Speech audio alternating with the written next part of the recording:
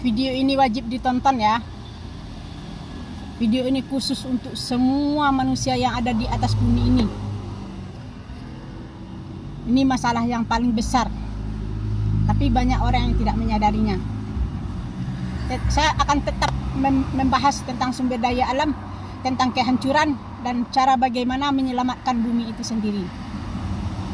Saya akan menjelaskan bagaimana bumi itu sebentar lagi dia akan hancur secara pelan-pelan. Ini kalau sistemnya tidak dirubah.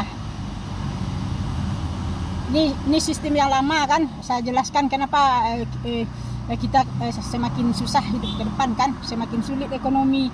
Itu karena yang dilakukan oleh pemerintah dulu. Kenapa kita hidup semakin susah? Karena sejak zaman kita merdeka,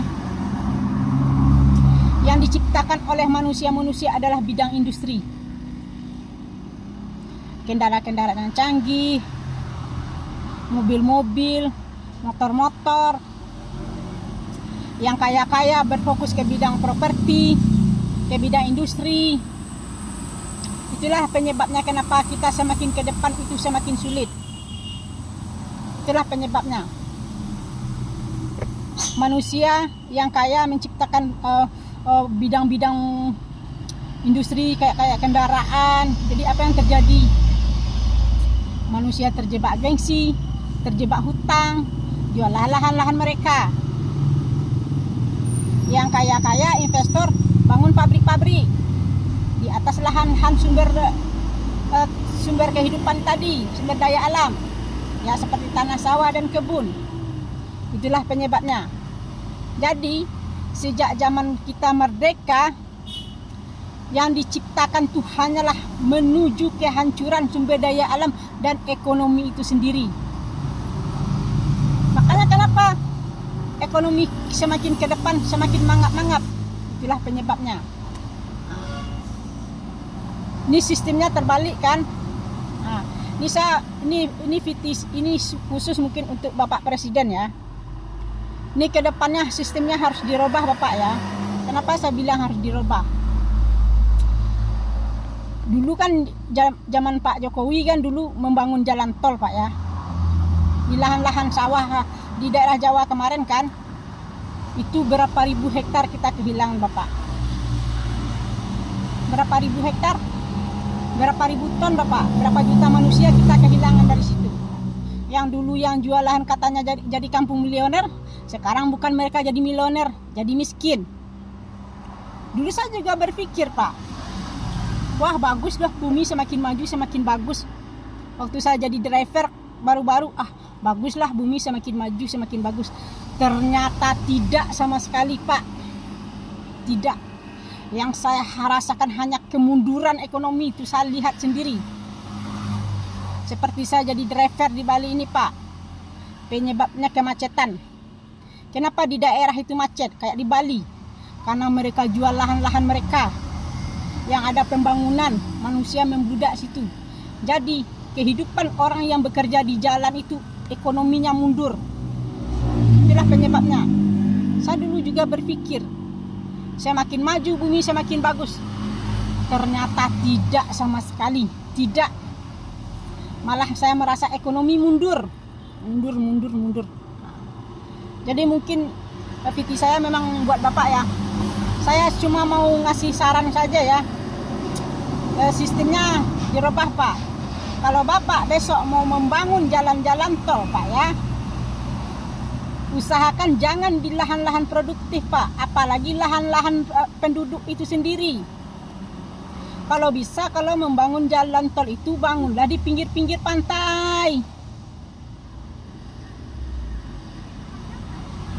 Jadi biarkanlah sawah dan kebun itu sebagai sumber daya alam kita dan keindahannya.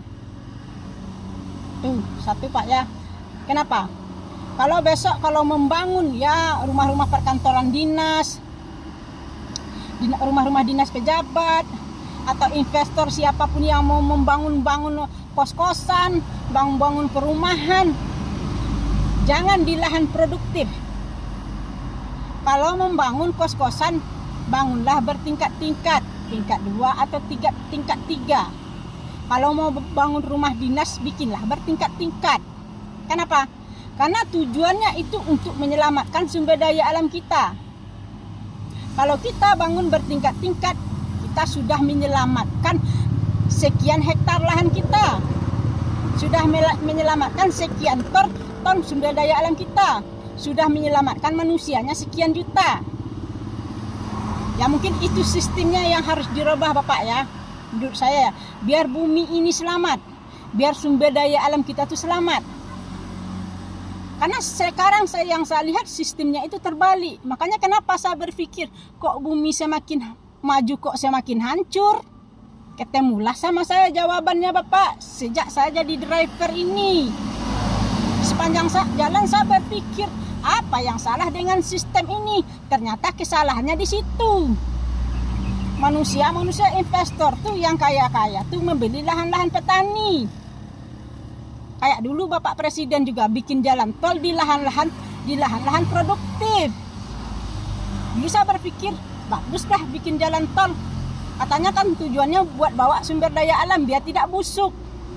Tapi setelah saya pikir-pikir, kalau sumber daya alam ditutup terus, besok apa yang dilewati jalan tol itu sendiri kalau sumber daya alamnya sudah hilang? Apa yang diangkut? Begitupun juga dengan investor yang tadi, yang bangun properti, yang bangun pabrik itu. Pabrik dibangun tapi sumbernya dimatikan. Kalau sumber daya alam tidak ada, pabriknya fungsinya apa? Begitupun juga dengan jalan tol tersebut. Di saat sumber daya alam tidak ada, stuck, ekonomi tidak bergerak, ya tinggallah jalan-jalan tol tadi, tinggallah pabrik-pabrik tadi, karena mereka membangun di lahan sumbernya itu tadi. Begitu Pak ya. Itu kalau menurut saran saya Bapak. Kalau membangun, jangan dikasih izin, bikin undang-undangnya ke depan. Siapapun yang membangun apapun, jangan dikasih izin selagi pembangunan itu di tanah-tanah produktif. Bikin undang-undangnya Bapak. Gak apa-apa kita bikin di kaki-kaki bukit, di pinggir-pinggir pantai. Tidak apa-apa. Asal lahan kita selamat. Asalkan sumber daya alam kita terselamatkan. Karena dengan terselamatkan sumber daya alam tersebut, berarti keturunan kita akan selamat ke depannya. Jangan lagi dihilangkan lahan-lahan kita.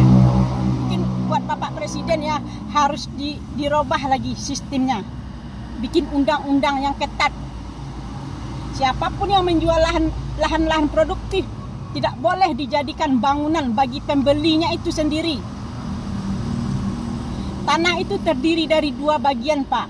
Ada tanah produktif, dan yang tanah tidak produktif.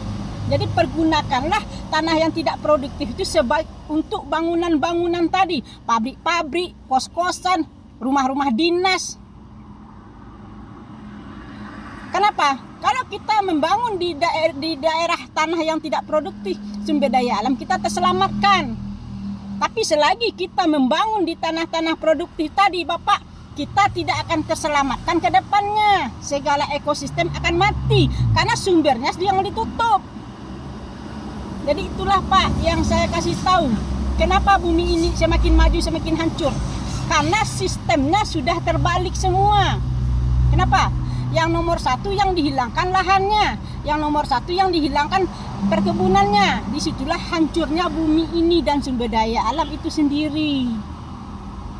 Itu saja Pak ya. Mudah-mudahan bagi yang mendengarkan ini edukasi, masih banyak edukasi lagi dari saya yang akan saya sampaikan. Mudah-mudahan kalian paham dan bumi bisa terselamatkan sedikit-sedikit. Semoga bermanfaat.